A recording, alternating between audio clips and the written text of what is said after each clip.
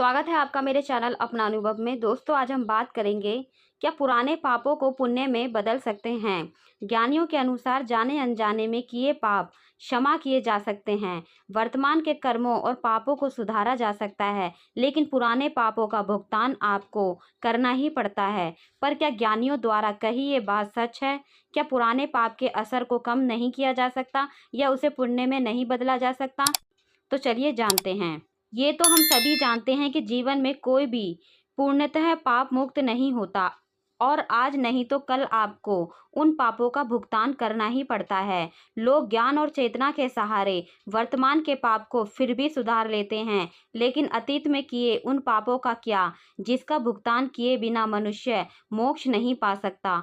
क्या उन पापों को पुण्य में बदला जा सकता है या उन पापों का भुगतान हमें किसी भी हाल में करना ही होगा? कर्म के नियम के अनुसार मनुष्य को अपने हर पापों का भुगतान करना ही है, लेकिन कुछ आध्यात्मिक गुरु और शास्त्रों के अनुसार आप उन पापों के प्रभाव को कम करते हैं, वो भी अपनी सकारात्मक कर्म, भक्ति और प्रायश्चित के जरिए। इसके बारे में भगवत गीता, वेदों और शास्त्रों में भी बताया गया है और कहा गया है कि सच्ची नीयत, सत्कर्म, दान और ईश्वर की भक्ति से जीवन के पाप कर्मों को समाप्त किया जा सकता है। चलिए समझते हैं इसे विस्तार से। शास्त्रों में कहा गया है कि पाप का पश्चाताप ही मोक्ष का प्रथम द्वार है। अगर किसी ने जाने अनजाने में कोई बुरा कर्म किया है, तो सबसे पहले उसे स्वीकार करें और पूरी श्रद्धा से भगवान से क्षमा मांगें।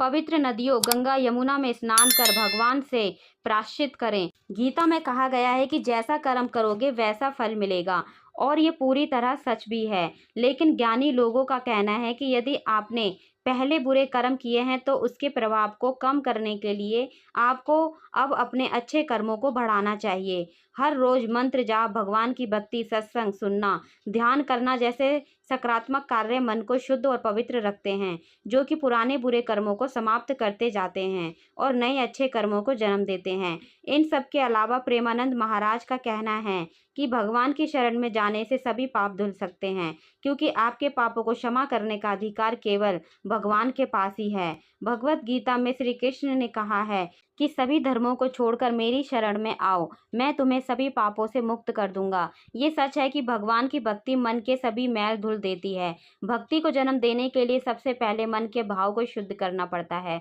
और एक बार मन के भाव शुद्ध हो गए तो आत्मा हर सुख दुख से आजाद हो जाती है और ईश्वर के प्रति आसक्ति बढ़ जाती है। ईश्वर के प्रति आसक्ति पाप से दूरी और पुण्यों की तरफ कदम बढ़ाने जैसा है।